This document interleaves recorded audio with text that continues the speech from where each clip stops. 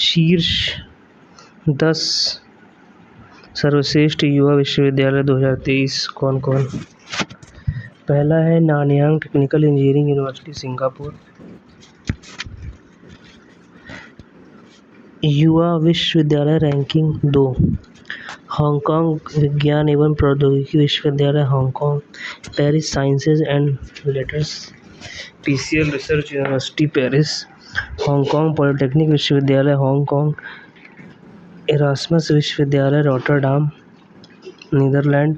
Hong Kong की city university. Antwerp विश्वविद्यालय Belgium. Institute polytechnic de Paris France. प्रौद्योगिकी विश्वविद्यालय Sydney Australia. Ulsan national institute of science and technology दक्षिण Korea. ये अलग अलग युवा विश्वविद्यालय रैंकिंग 2023 और युवा विश्वविद्यालय रैंकिंग 2022। तो युवा विश्वविद्यालय 2023 पे ज़्यादा ध्यान देना है। 1 नंबर पे पहले था पेरिस, लेकिन अब तीसरे नंबर पे आ गया है। जो दूसरे पे था वो पहले पे आ गया है। न्यूजीलैंड प्लास्टिक उत्पाद बैग पर प्रतिबंध लगाने वाला पहला देश। न्यूजीलैंड फलों और सब्जियों के संग्रह के लिए सुपरमार्केट में प्लास्टिक उत्पाद बैगों पर प्रतिबंध लगाने वाला पहला देश बन गया है। न्यूजीलैंड ने 1 जुलाई 2023 को इस निर्णय को लागू किया।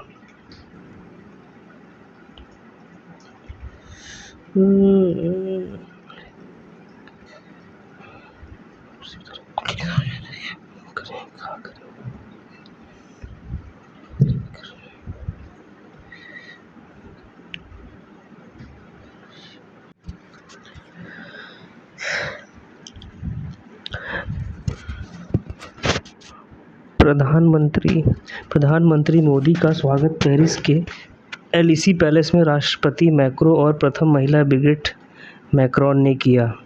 प्रधानमंत्री मोदी ने फ्रांस की प्रधानमंत्री एलिजाबेथ बोर्न और फ्रांस की संसद के अध्यक्ष गिरार्ड लार्चर के साथ भी बैठकें की।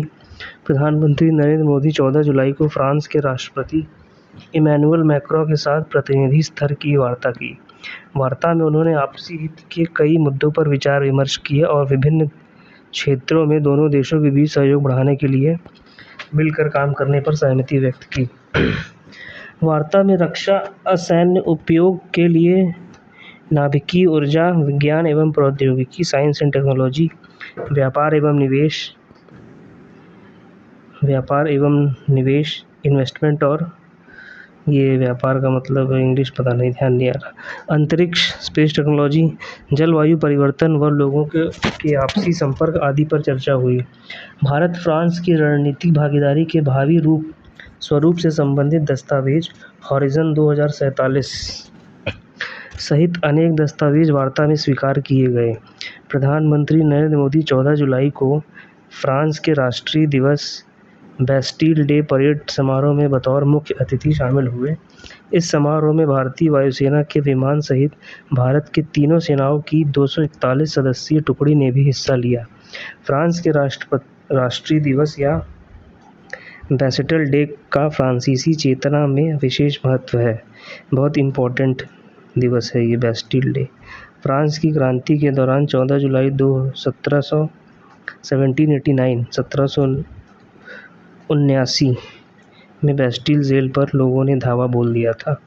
राष्ट्रपति मैक्रो ने इस अवसर पर 13 जुलाई को भारतीय प्रधानमंत्री श्री नरेंद्र मोदी को फ्रांस के सबसे बड़े नागरिक और सैन्य सम्मान the grand cross of the legion of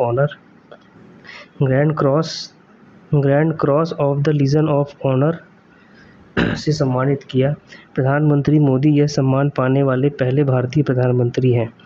प्रधानमंत्री मोदी की फ्रांस यात्रा के दौरान रक्षा क्षेत्र में आगे सहयोग बढ़ाने के लिए समझौते किए गए। दोनों देशों ने स्कॉर्पियन पनडुब्बी निर्माण कार्यक्रम पर हस्ताक्षर किए।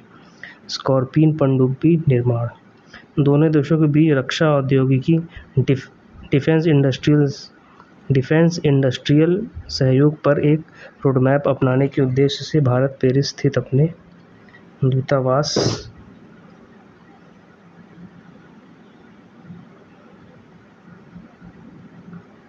दूतावास टोटल कंपनी के बीच एलएनजी के आयात को लेकर दीर्घकालिक समझौता हुआ।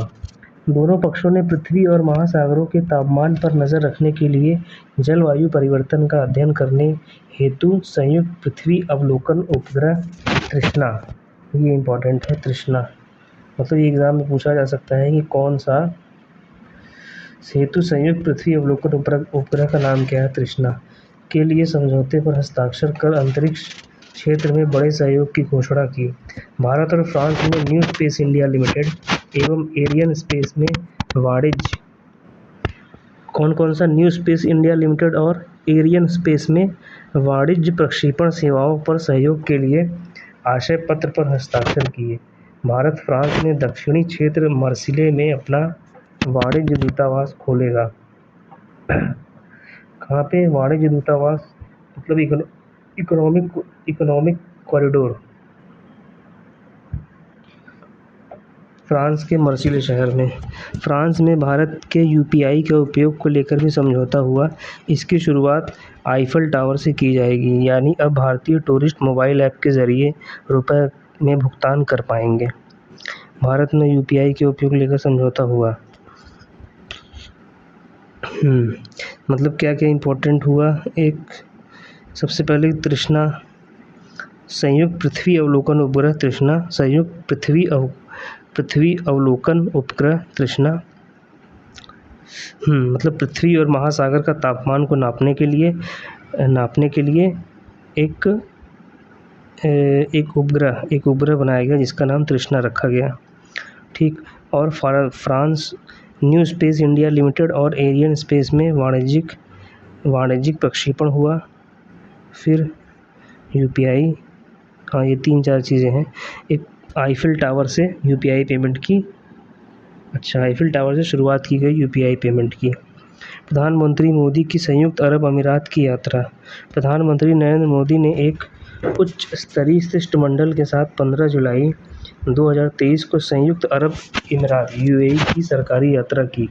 ये डेट इम्पोर्टेंट है, 15 जुलाई 2023।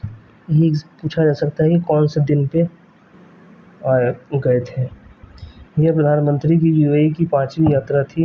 इससे पहले वे 2015, 18, 19 और 22 में यहाँ की यात्रा कर चुके थे। इस यात्रा में श्री नरेंद्र मोदी ने 15 जुलाई को आबू धाबी में यूएई के राष्ट्रपति और आबू धाबी के शासक मोहम्मद बिन जायद अल नाह्यान से मुलाकात की। दोनों नेताओं ने फिनटेक फिनटेक, व्यापार, निवेश, ऊर्जा, सुरक्षा और जलवायु परिवर्तन के क्षेत्रों में सहयोग बढ़ाने पर विचार विमर्श हुआ। कौन सा क्षेत्र? फिनटेक का मतलब फाइनेंशियल और टेक्नोलॉजी, जहाँ पे फाइनेंस और टेक्नोलॉजी एक साथ आ जाएगी उसे कहेंगे फिनटेक। ऐसे डिजिटल पेमेंट और ये सारी चीज़ें फिनटेक में आ जाती हैं। व्यापार, निवेश में, इन्वेस्टमेंट में, ऊर्जा में, सुरक्षा और जलवायु परिवर्तन, क्लाइमेट चेंज, सुरक्षा में डिफेंस और ये सारी चीज़ें। इस दौरान भारत और यूएई के बीच बैंकिंग और शिक्षा क्षेत्र से जुड़े 3 महत्वपूर्ण समझौते पर हस्ताक्षर किए गए। बैंकिंग क्षेत्र में स्थानीय मुद्रा के उपयोग से जुड़े 2 समझौते किए गए। इसका उद्देश्य स्थानीय मुद्राओं, रुपया और दिरहम के उपयोग को बढ़ावा देना और भुगतान तथा संदेश प्रणालियों को आपस में जोड़ने की सुविधा प्रदान करना है। भारतीय रिजर्व बैंक और संयुक्त अरब अमीरात के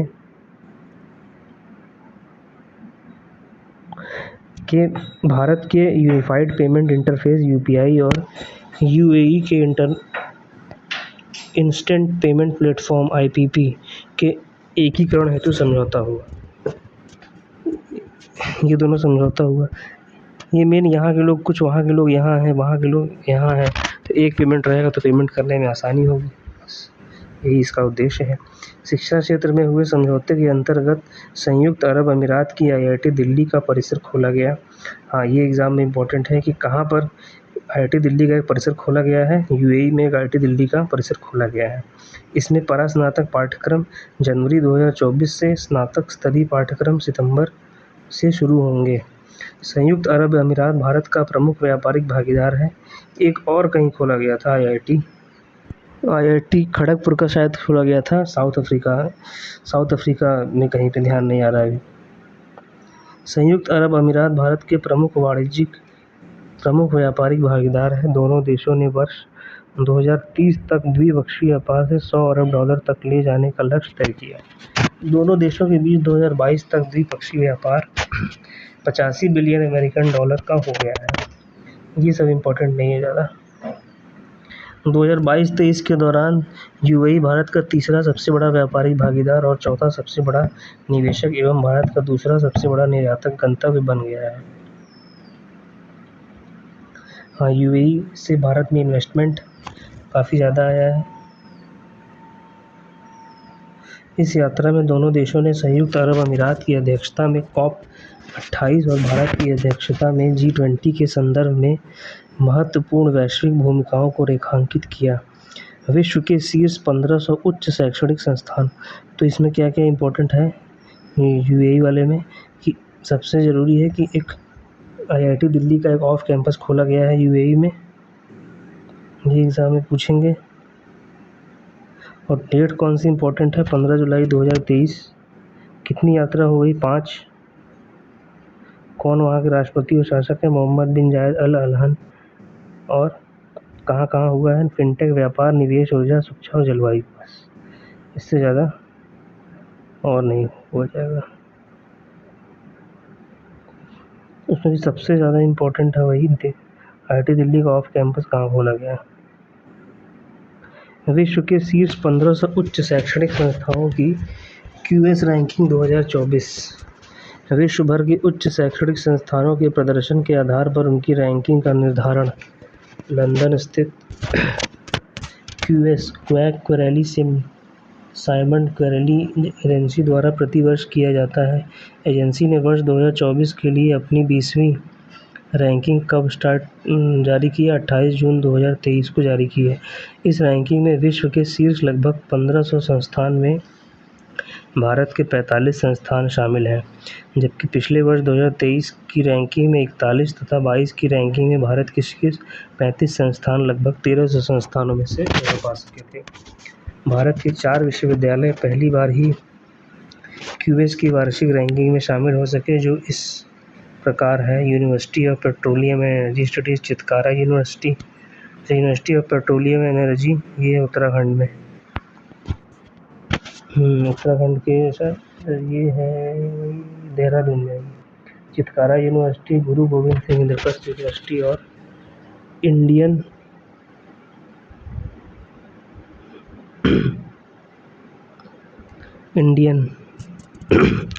की रैंकिंग भारत के 2 विश्वविद्यालयों ही स्थान पा सके हैं, जबकि पिछले वर्ष शीर्ष 200 में शामिल भारतीय विश्वविद्यालय की संख्या 3 थी।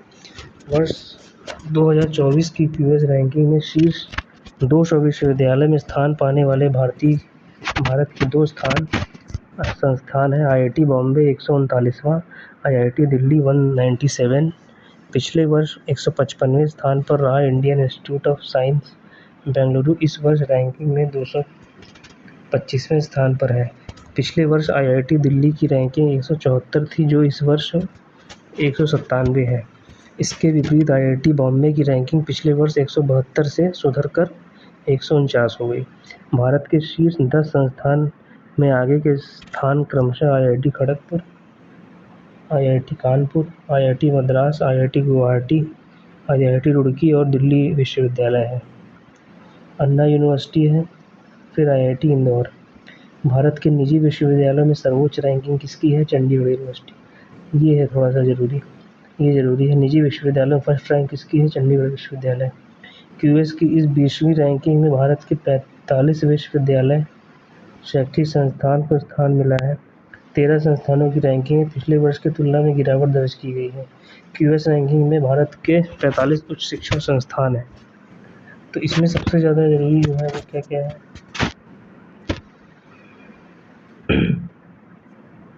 सबसे ज़रूरी ये है कि QS रैंकिंग है वो कौन निकालता है? लंदन से निकलता है। लेकिन कब जारी हुआ? 28 जून 2023 को। 1500 संस्थानों में भारत के 45, ये भी जरूरी। कब निकाला है? कितने टोटल संस्थान थे 1500 में? भारत के कितने हैं? 45। भारत की 45 है, बस भारत की 45 हैं। 4 विश्वविद्यालय पहले ये कौन कौन सी यूनिवर्सिटी है? Petroleum and energy studies, Chitkara university, Guru Govind Singh Indraprastha university व इंडियन। ये चारों के नाम। और 24 की क्यूएस रैंकिंग में शीर्ष 200 विश्वविद्यालय में स्थान पाने पर IIT Bombay.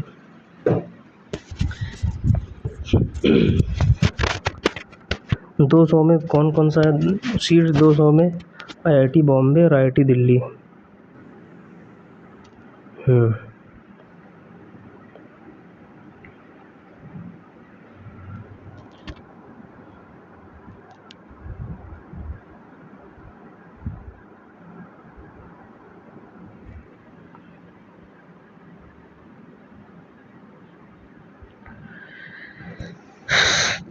QS ranking Bharat की 45 उच्च शैक्षणिक संस्थान IIT बॉम्बे को रैंक मिला 149, IIT Delhi 197, Indian institute of science 225, IIT Kharagpur 271, Kanpur 278।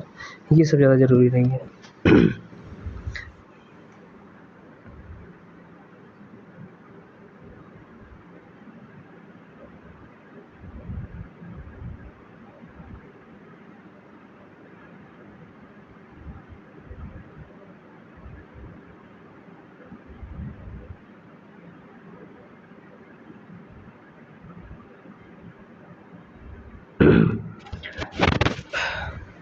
चार अखियाँ और भी है, लेकिन कोई ज़रूरी नहीं है ये सब।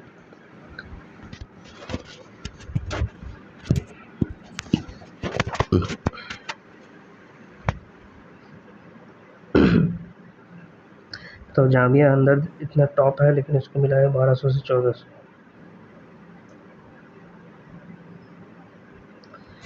क्यूएस रैंकिंग में वैश्विक स्तर पर पहला फर्स्ट रैंक है कैम्ब्रिज यूनिवर्सिटी अमेरिका स्थित।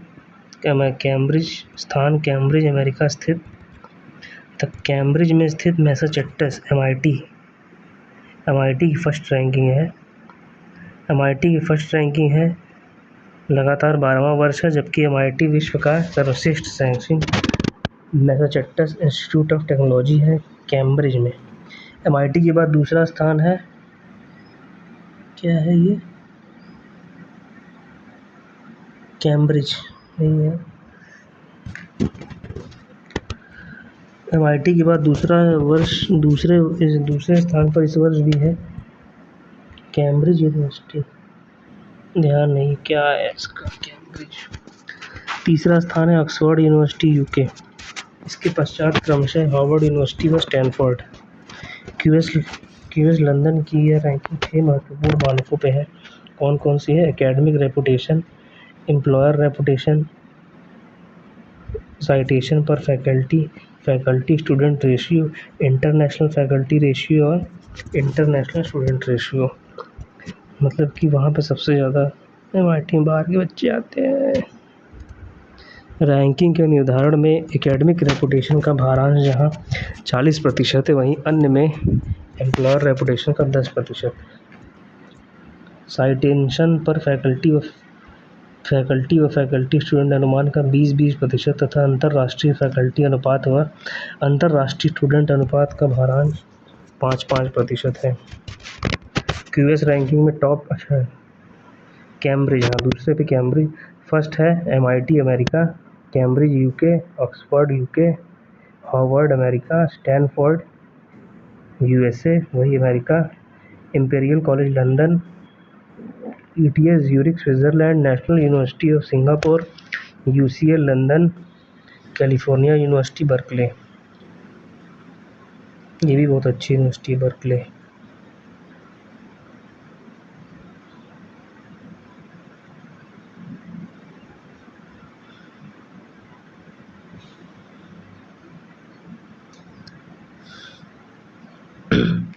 राष्ट्रपति द्रौपदी मुर्मू का सूरीनाम व सर्बिया यात्रा। जुलाई 2022 में राष्ट्रपति का पद ग्रहण करने के बाद राष्ट्रपति द्रौपदी मुर्मू ने अपनी पहली विदेश यात्रा 4 से 9 जून 2023 के बीच सूरीनाम और सर्बिया की यात्रा पर की। तो 2022 के बाद इनकी पहली यात्रा है जो कि सूरीनाम और सर्बिया की यात्रा पर रही।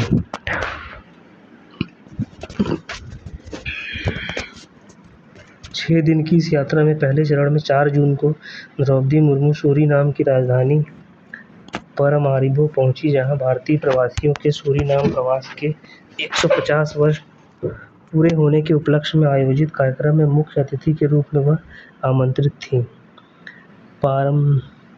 पारामारिबो में उनका स्वागत मेजबान राष्ट्रपति चंद्रिका प्रसाद संतोखी व उनकी कैबिनेट ने किया। राष्ट्रपति भवन के सामने ही स्थापित मामा स्तरानन की आदमकद प्रतिमा पर पुष्पांजलि उन्होंने अर्पित की। 5 बच्चों की गोद में लेकर खड़ी एक महिला को मदर ऑफ सूरीनाम के रूप में जाना जाता है तथा उसकी गोद के 5 बच्चों वहां रह रही जनसंख्या की 5 प्रजातियों के प्रतीक हैं। इनमें हिंदुस्तान, जावा, चीन, यूरोपीय व स्थानीय समुदाय के लोग हैं। कहाँ पे? सूरीनाम।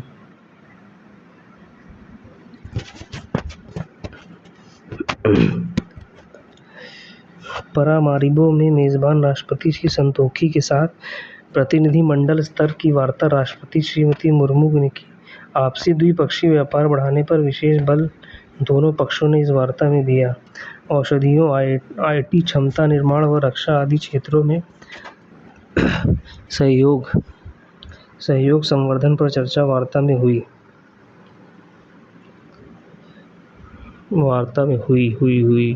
अरे यार, भूल गया ये।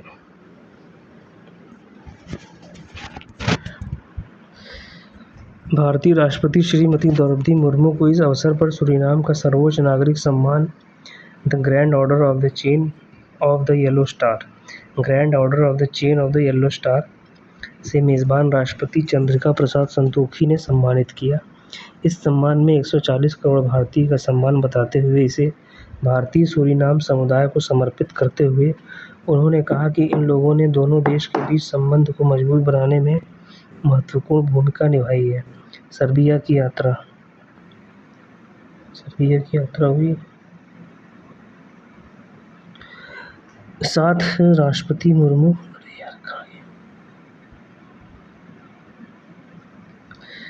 के साथ राष्ट्रपति मुर्मू 7 जून 2023 को सर्बिया की राजधानी बेलग्रेड पहुंची, जहां सर्बिया पैलेस में गार्ड ऑफ ऑनर के साथ उनका स्वागत किया गया। मेजबान राष्ट्रपति अलेक्जेंडर वुचिक के साथ प्रतिनिधिमंडल सरकार की उनकी वार्ता 9 जून को संपन्न हुई। ऊर्जा, संचार, व्यापार व कृषि क्षेत्र में द्विपक्षीय सहयोग संवर्धन पर चर्चा की गई। दोनों देशों के बीच द्विपक्षीय व्यापार, जो वर्तमान में 32 करोड़ यूरो के स्तर पर है, को इस दशक के अंत तक 1 अरब यूरो की वार्षिक स्तर तक ले जाने की सहमति दोनों पक्षों में बनी। द्विपक्षीय व्यापार के लिए नए क्षेत्रों की तलाश की बात दोनों राष्ट्रपतियों ने कही। द्विपक्षीय व्यापार के अतिरिक्त जिन अन्य प्रमुख क्षेत्रों के सहयोग संवर्धन के लिए द्विपक्षीय वार्ता में चिन्हित किया गया, उनमें रक्षा एवं स्वयं तकनीक सहयोग, फार्मास्यूटिकल, कृषि उद्योग, सूचना प्रौद्योगिकी, आर्टिफिशियल इंटेलिजेंस, सांस्कृतिक सहयोग व फिल्म निर्माण आदि शामिल हैं। सर्बिया में फिल्म निर्माण के लिए आकर्षक प्रस्ताव मेजबान राष्ट्रपति ने देखा। भारतीय नागरिकों के लिए वीज़ा जारी किए जाने को सरल बनाने के लिए सहमति उन्होंने की। बेलग्रेड व नई दिल्ली के बीच सीधी उड़ान सेवा की आवश्यकता पर भी बल मेजबान राष्ट्रपति वुचिक ने दिया। अंतर्राष्ट्रीय मंच पर कानून के शासन, राष्ट्रों की संप्रभुता व क्षेत्रीय अखंडता के प्रति सम्मान अपने सिद्धांतों को दोनों पक्षों में वार्ताओं में दोहराया।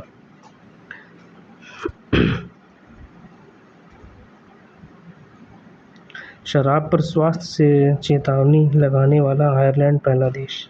आयरलैंड के स्वास्थ्य मंत्री स्टीफन डोनाल्ड 22 मई 2023 को नए नियमों पर हस्ताक्षर किए। ये नियम शराब पीने के स्वास्थ्य जोखिम, साथ साथ उत्पाद की कैलोरी गिनती के बारे में चेतावनी देगा। इस तरह आयरलैंड शराब पर अनिवार्य स्वास्थ्य सलाह लागू करने दुनिया का पहला देश बन गया है। कानून का उद्देश्य शराब का सेवन से जुड़े स्वास्थ्य जोखिम के बारे में जागरूकता बढ़ाना यह कानून 22 मई 2026 से प्रभावी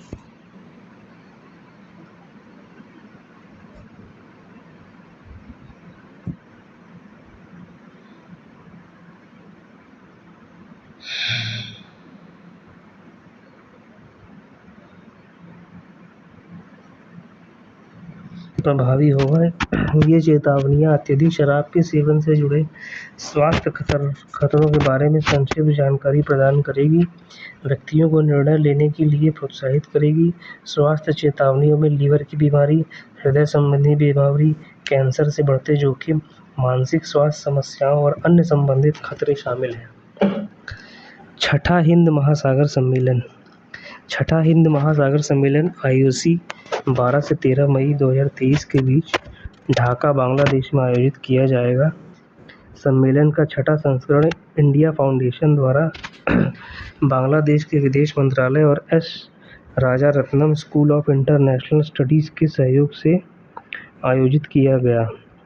इस वर्ष के सम्मेलन की विषय है शांति, समृद्धि और एक लचीले भविष्य के लिए साझेदारी।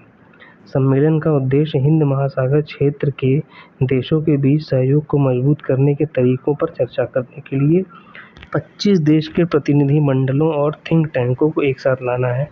सम्मेलन में D8 सार्क बिम्स्टेक के प्रतिनिधियों सहित लगभग 150 विदेशी अतिथियों ने हिस्सा लिया।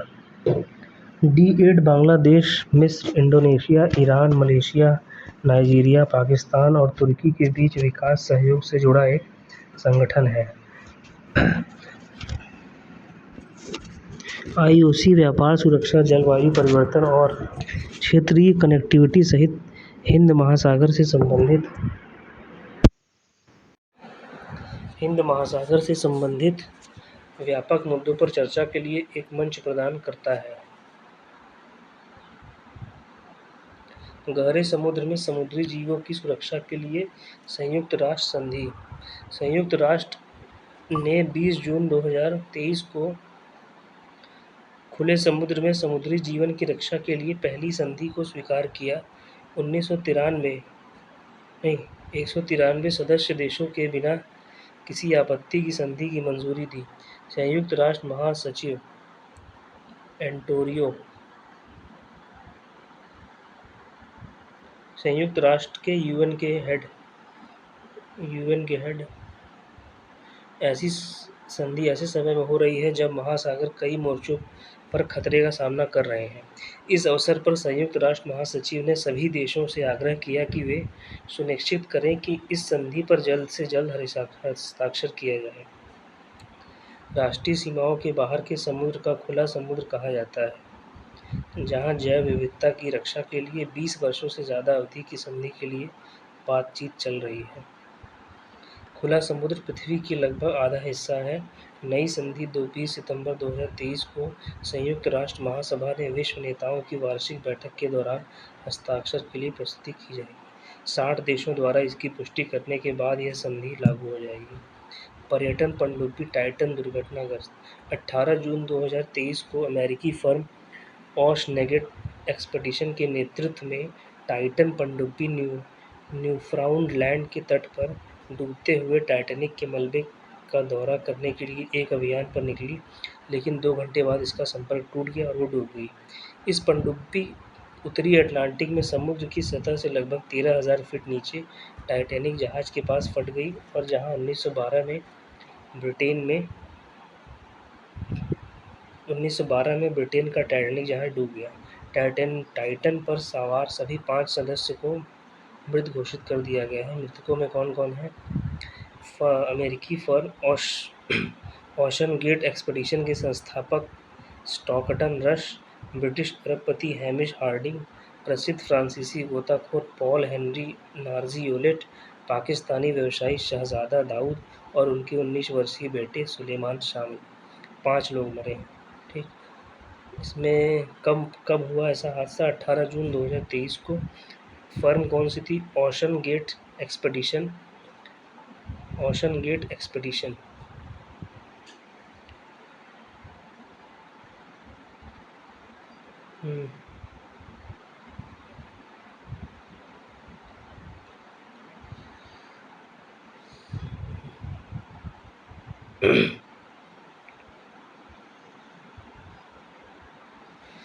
फर्म कौन सी थी? OceanGate expedition.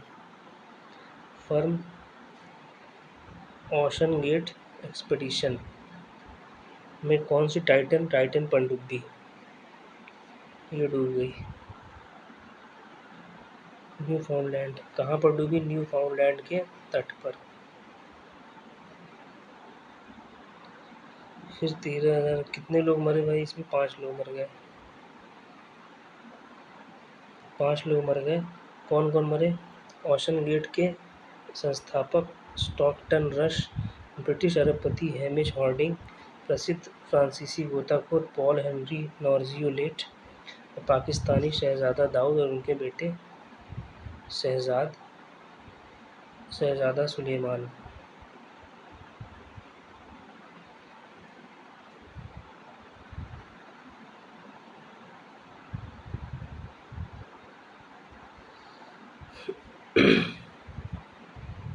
प्रधानमंत्री मोदी का अमेरिका यात्रा कब से कब तक हुआ? 21-23 जून तक। भारत के प्रधानमंत्री नरेंद्र मोदी को एक उच्च स्तरीय शिष्टमंडल के साथ 21 से 23 जून 2023 तक अमेरिका की यात्रा पर रहे।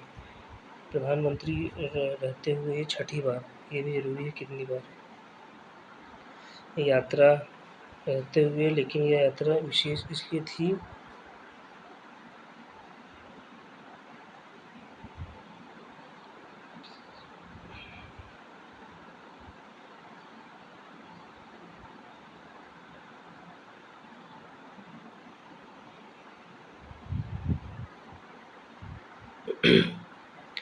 ये यात्रा इम्पोर्टेंट इसलिए थी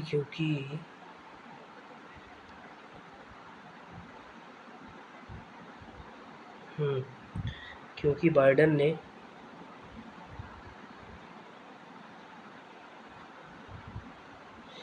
बाइडेन के निमंत्रण पर यह संपन्न की गई थी। अमेरिका का राजकीय यात्रा पर जाने वाले मोदी दूसरे भारतीय प्रधानमंत्री हैं।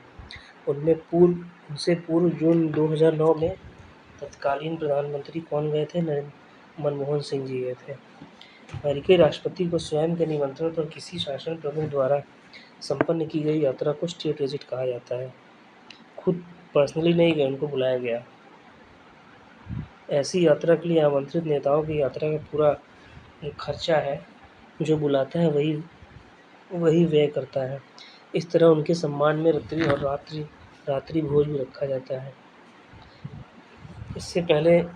इस यात्रा के पहले चरण में 21 जून को प्रधानमंत्री न्यूयॉर्क पहुंचे, जहां अंतर्राष्ट्रीय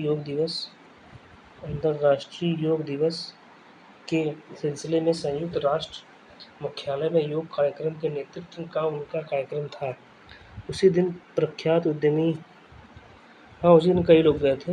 रिलायंस मुकेश अंबानी गए थे, फिर महिंद्रा के चेयरमैन गए थे, और भी कई लोग गए थे। नोबेल पुरस्कार विजेताओं, लेखकों और अन्य बुद्धिजीवियों से मुलाकात की। 3 बड़ी कंपनियों के प्रमुख ने प्रधानमंत्री मोदी से मुलाकात कर भारत में निवेश के लिए सहमति दी। इसमें जनरल इलेक्ट्रिक के हेड, सेमीकंडक्टर बनाने वाली माइक्रोन तथा एप्लाइड मटेरियल शामिल हैं। कौन-कौन सी?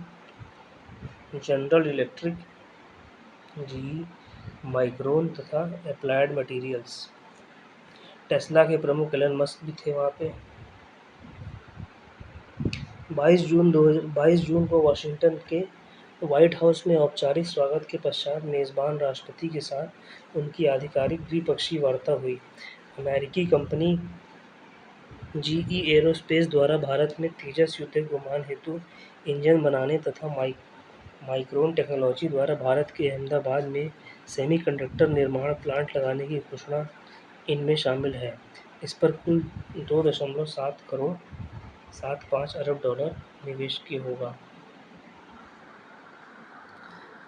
जीई एरोस्पेस द्वारा तेजस की अगली पीढ़ी के लिए जेट F414 इंजन का निर्माण एचएएल के साथ मिलकर कराया जाएगा।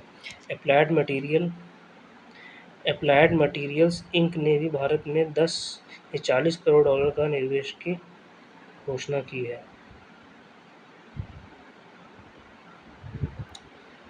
खरीदने के समझौता भी हुआ। इनमें से नौसेना के 15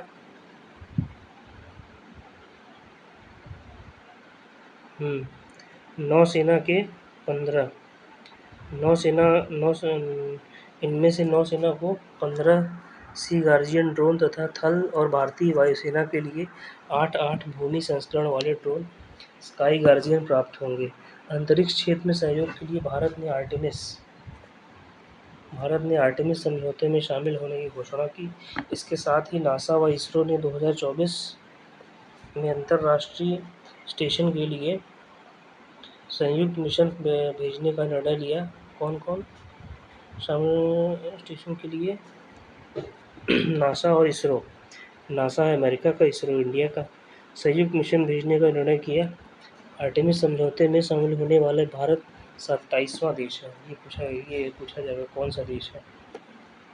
यह मंच असैन्य अंतरिक्ष अन्वेषण पर समान विचार वाले देशों के एक मंच प्रदान करता है। दोनों देश में राजनयिक उपस्थिति बढ़ाने के लिए सहमति दोनों नेताओं में हुई। उसके तहत भारत जहां सिएटल में वाणिज्यिक दूतावास खोलेगा। कहाँ पर खोलेगा? सिएटल में वाणिज्यिक दूतावास खोलेगा। वहीं अमेरिका की ओर से अहमदाबाद और बेंगलुरु में इंडिया खोलेगा। सिएटल में अमेरिका, अहमदाबाद, बेंगलुरु में 2 जगह वाणिज्यिक दूतावास खोला जाएगा। भारतीय कामगारों के लिए H-1B वीज़ा हेतु नियमों में ढील देने की घोषणा भी अमेरिका ने की। हिंद प्रशांत महासागर हिंद प्रशांत क्षेत्र में शांति एवं स्थिरता तथा जलवायु संकट सहित प्रमुख वैश्विक चुनौतियों पर भी चर्चा दोनों पक्षों में हुई। भारत में सितंबर में होने वाली G20 शिखर सम्मेलन में भाग लेने के लिए भारत आने का निमंत्रण अमेरिकी राष्ट्रपति को मोदी जी ने दिया। 22 जून को ही वाशिंगटन में राष्ट्रीय विज्ञान केंद्र में भारतीय और यूएस भविष्य के स्किल कौशल विकास पर केंद्रित एक कार्यालय में प्रथम महिला जिल बाइडेन के साथ में हिस्सा लिया। उसी दिन वाशिंगटन में अमेरिका कांग्रेस संयुक्त सत्र में भी मोदी की संबोधित किया और कांग्रेस के संयुक्त सत्र को इस पूर्व जून तब आगे क्लियर नहीं है। मोदी ने अपना तत्कालीन अमेरिका के दौरान भी संबोधित किया था। इसी प्रकार 22 जून 2023 का उनका यह संस्करण अमेरिकी कांग्रेस में दूसरा संबोधन था। संसद की 2 बार संबोधित करने वाले पहले भारतीय नेता बन गए हैं।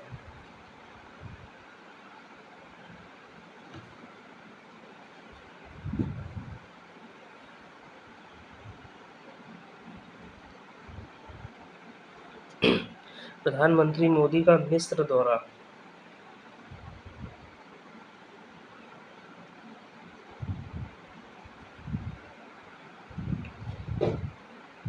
मिस्र की उनकी ये पहली राजकीय यात्रा थी, जो वहां के राष्ट्रपति अब्दुल फतेह अल सीसी के निमंत्रण पर संपन्न की गई। 26 वर्षों में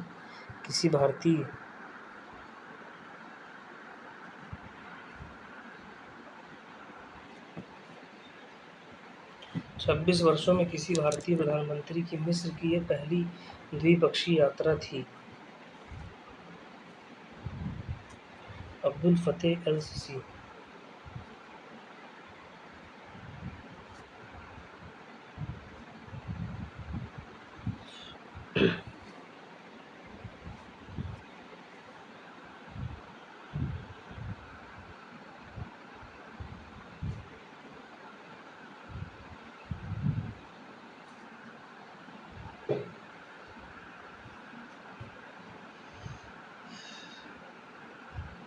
मिस्र की ओर से राष्ट्रपति अब्दुल फतेह अल सीसी इसी वर्ष जनवरी 2023 में भारत के गणतंत्र दिवस समारोह के मुख्य अतिथि के रूप में शामिल होंगे। उनको बुला लिया गया।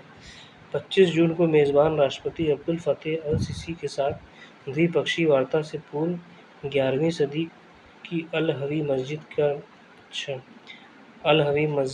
कौन सी मस्जिद ये है? एग्जाम में पूछेगा कौन सी मस्जिद है? अल हवी अल हवीम मस्जिद और प्रधानमंत्री मोदी और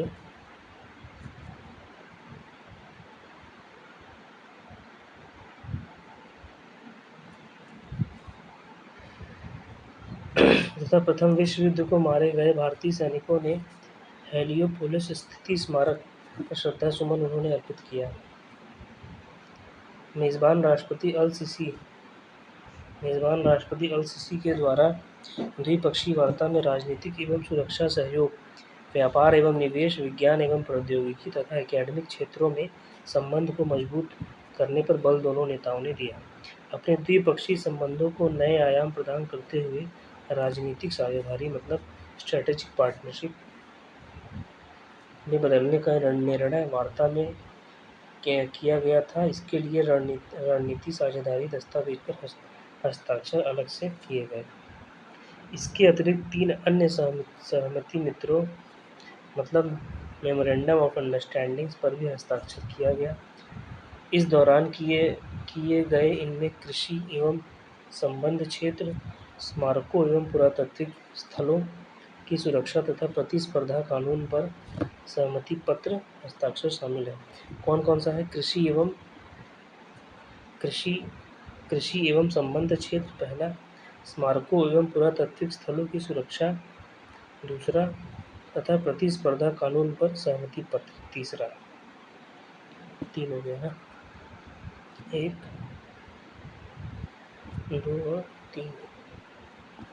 इस अवसर पर मेजबान राष्ट्रपति अब्दुल फातेह अल सीसी ने भारतीय प्रधानमंत्री श्री नरेंद्र मोदी के सर्वोच्च नागरिक सम्मान, कौन सा सम्मान दिया गया? ऑर्डर ऑफ द नील से सम्मानित किया। वर्ष 1915 में शुरू किया गया यह सम्मान उन राष्ट्र अध्यक्षों या हस्तियों को दिया जाता है जिन्होंने मिस्र या मानवता की अमूल्य सेवा की हो। किस लिए दिया जाता है? जिन्होंने मिस्र एवं मानवता की अमूल्य सेवा की हो, उन्हीं लोग को दिया जाता है ये। ऑर्डर ऑफ द नाइल कहाँ का है? इजिप्ट का पुरस्कार है और उसको नरेंद्र मोदी को मिला। ठीक, तो इसमें इम्पोर्टेंट क्या क्या है? 3 सहमति पत्रों पे साइन किया गया। पहला है कृषि एवं संबद्ध क्षेत्र, दूसरा है स्मारकों एवं पुरातात्विक स्थलों की सुरक्षा, तीसरा है प्रतिस्पर्धा कानून पर सहमति पत्र।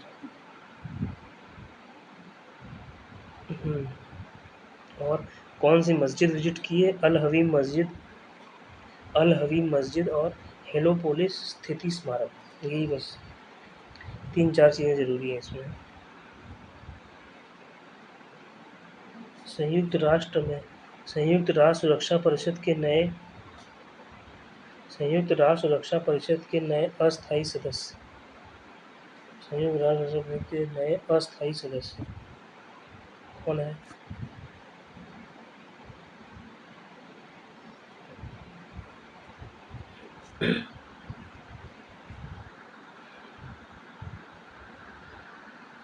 6 जून 2023 को संयुक्त राष्ट्र महासभा ने सुरक्षा परिषद की 6 जून 2023 को संयुक्त राष्ट्र महासभा ने सुरक्षा परिषद की 2 वर्ष 24-25 की सदस्यता हेतु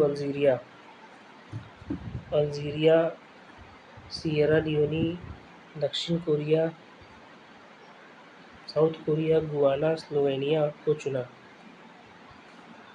संयुक्त राष्ट्र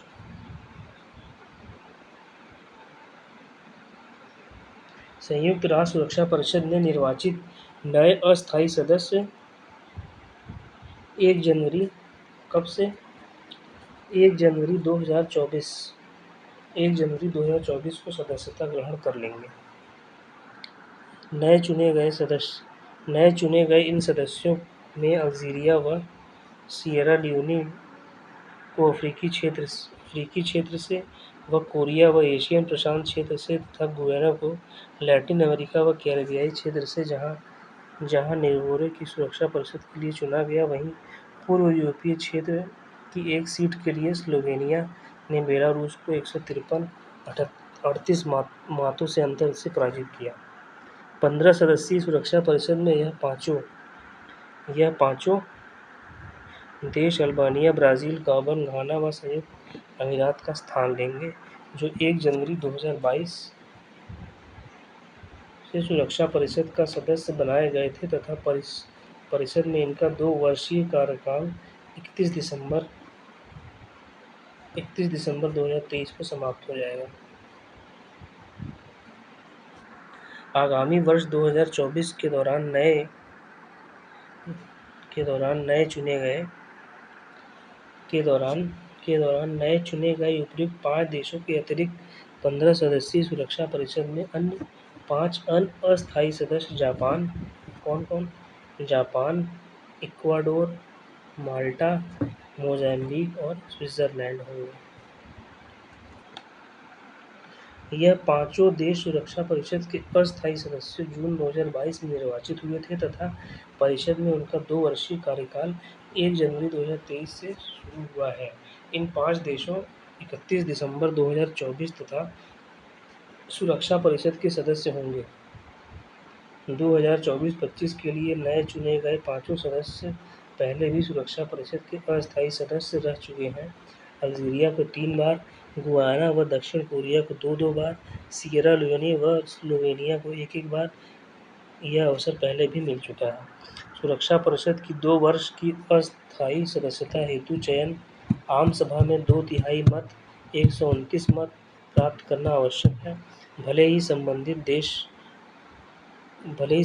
देश का अपना क्षेत्र से निर्विरोध चुनाव हो रहा हो। 6 जून 2023 को महासभा में संपन्न चुनाव में गुयाना को जहां 191 मत प्राप्त हुआ, सिएरा लियोने ने 128, अल्जीरिया ने 184, दक्षिण कोरिया ने 180 तथा स्लोवेनिया ने 153 मत पहले ही दौर में प्राप्त किए। जापान रिकॉर्ड 12 बार सुरक्षा परिषद का अस्थायी सदस्य चुना जा चुका है, जबकि ब्राज़ील 11 बार चुना जा चुका है। और नीचे नहीं लिखा है उसका नहीं लिखा है तो क्या कर सकते हैं उसमें।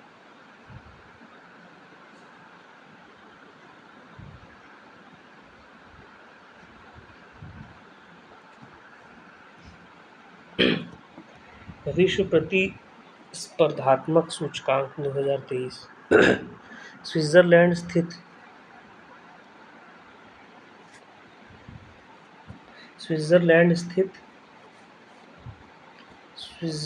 स्थित international institute for management and development द्वारा विश्व के 64 देशों के लिए विश्व प्रतिस्पर्धात्मक सूचकांक 2023 20 जून 2023 को जारी किया गया।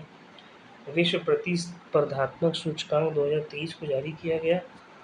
सूचकांक में जहां डेनमार्क शीर्ष स्थान पर रहा, वहीं वेनेजुएला की रैंकिंग सबसे नीचे रही।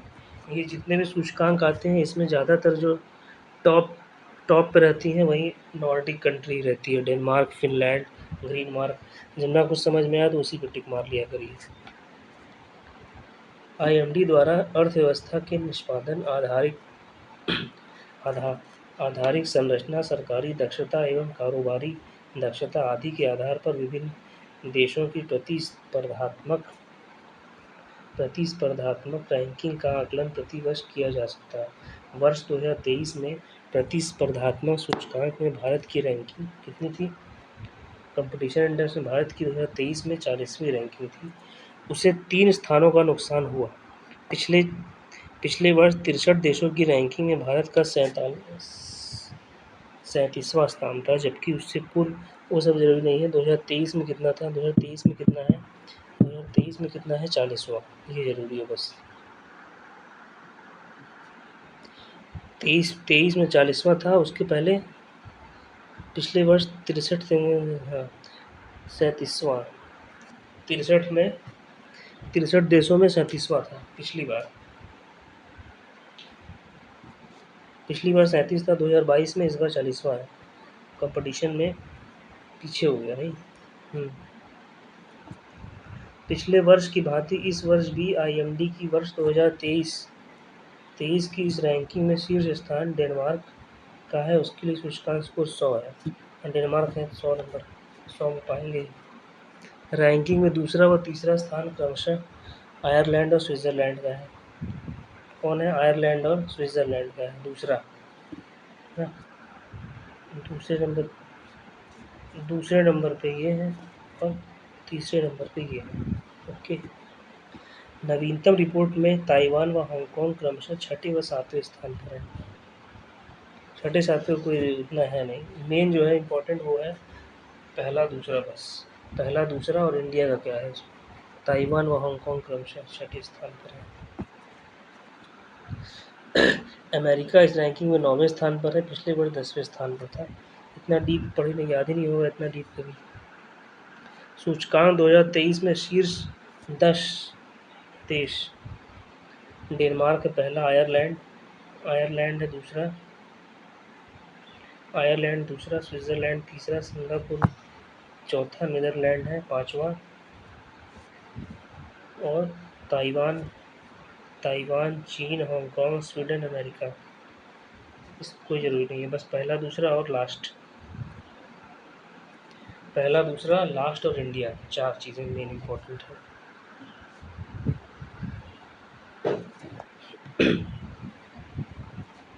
विश्व प्रतिस्पर्धात्मक सूचकांक की दृष्टि से इस वर्ष सबसे निम्नतम 64वें स्थान वेनेजुला का है। सबसे नीचे का स्थान वेनेजुला का है, 64वां नंबर पे है वेनेजुला का है, ये ज़रूरी है। जबकि एक स्थान ऊपर 63, हाँ ये भी ठीक है, 63वें पर अर्जेंटीना है। सबसे नीचे स्थान वाले 10 देशों, सबसे नीचे स्थान है लेकिन वो कोई ज़रूरी नहीं है उसको याद करना। सबसे निम्नतम रैंकिंग वाले 5 देश, कौन कौन से हैं? नीचे से टॉप की है वेनेजुला, फिर अर्जेंटीना, फिर मंगोलिया, फिर दक्षिण अफ्रीका और ब्राज़ील। कुछ अन्य प्रमुख देशों की रैंकिंग: चीन की है 21, जर्मनी की है 22, यूके की है 29, 35 और यूके की 29, जापान की 35, भारत की 40 और इटली की 41। वैश्विक दास्ता सूचकांक, इसका क्या मतलब है दास्ता का? स्लेवरी है, स्लेवरी इंडेक्स है ये। वॉक फ्री फाउंडेशन, ये ज़रूरी है कि कौन सा फाउंडेशन इसको लॉन्च किया है। वॉक फ्री फाउंडेशन द्वारा वैश्विक स्तर पर आधुनिक दास्ता के बढ़ते प्रचलन पर एक रिपोर्ट, वैश्विक दास्ता इम्पोर्टेंट है कि ग्लोबल स्लेवरी इंडेक्स कौन लॉन्च किया, वॉक फ्री फाउंडेशन में जारी की गई। वैश्विक दास्ता सूचकांक 2023 के अनुसार अनुमानित 50 मिलियन लोग वर्ष 2021 में किसी भी दिन आधुनिक गुलामी दास्ता के शिकार थे। पिछले 5 वर्षों में 25% की व्यापक तेजी देखी गई। 50 मिलियन प्रभावित लोगों ने 28 मिलियन बालक श्रम से पीड़ित हैं, जबकि क्या है ये 50 मिलियन प्रभावित लोगों में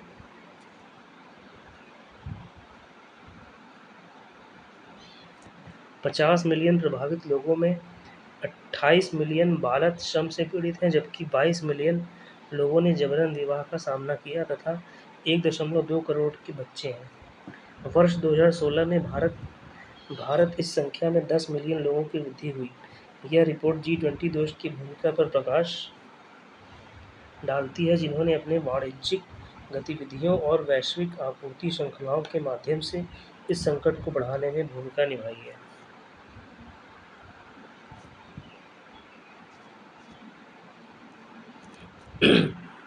तो इसमें ज़रूरी क्या है कि कौन इसको निकालता है, वॉक फ्री फाउंडेशन, और इसमें ग्लोबल स्लेवरी इंडेक्स में, और इसमें रैंकिंग कौन सी पहली रैंक की कंट्री है, कौन सी लास्ट है, इंडिया की क्या रैंकिंग है, बस ये ज़रूरी है।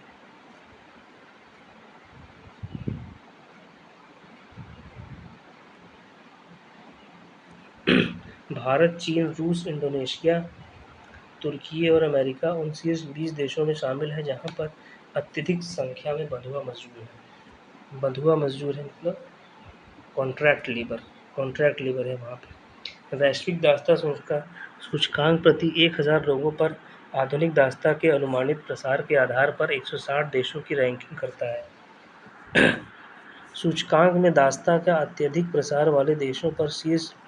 हाँ, सबसे ये इम्पोर्टेंट है कि सबसे नंबर 1 कौन पे है? उत्तर कोरिया, नॉर्थ कोरिया। उत्तर कोरिया का मतलब पूरब पश्चिम उत्तर दक्षिण है, नॉर्थ कोरिया।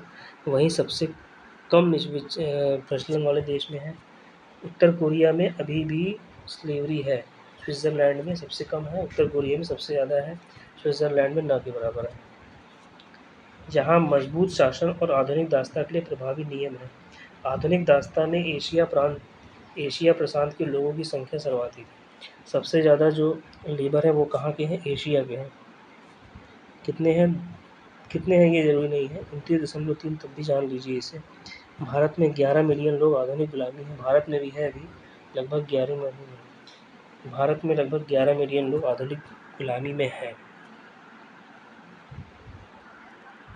सबसे कम कहाँ पे है? स्विट्ज़रलैंड में एकदम न के बराबर है। फिर नॉर्वे, जर्मनी, नीदरलैंड, स्वीडन, ये सब चीज़ें हैं। एग्ज़ाम में सबसे कम कहाँ पे है वो है। और सेकंड लिस्ट भी जाना जा सकता, सेकंड लिस्ट भी याद रखने के योग्य है, ये भी याद किया जा सकता है, सवाल बन जाएगा इस पे। फिर भारत की आधुनिक गुलामी की व्यापकता 8 है। प्रति 1000 लोगों पर आधुनिक गुलामी में रहने वाली आबादी की अनुमानित प्रतिशत। आधुनिक दासता के अत्यधिक सबसे ज़्यादा कहाँ पे है? उत्तर कोरिया, साउथ कोरिया में सबसे ज़्यादा है। फिर इरिट्रिया में है सेकंड नंबर पे। बस 2-3 इम्पोर्टेंट है, उससे ज़्यादा नहीं। मॉरिट्रिया है, फिर सऊदी अरब है, तुर्की है, तजाकिस्तान है, दुनिया भर का तो है, लेकिन वो सब ज़रूरी नहीं है। मतलब अफ़गानिस्तान भी बहुत पीछे है, सबसे ऊपर है उत्तर कोरिया।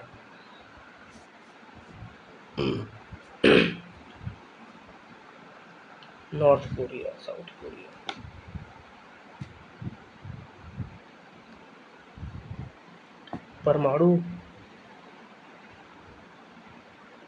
परमाणु हथियारों पर सिपरी रिपोर्ट।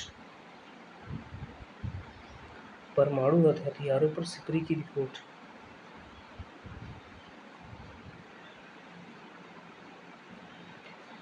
छोरे खिलाड़ी की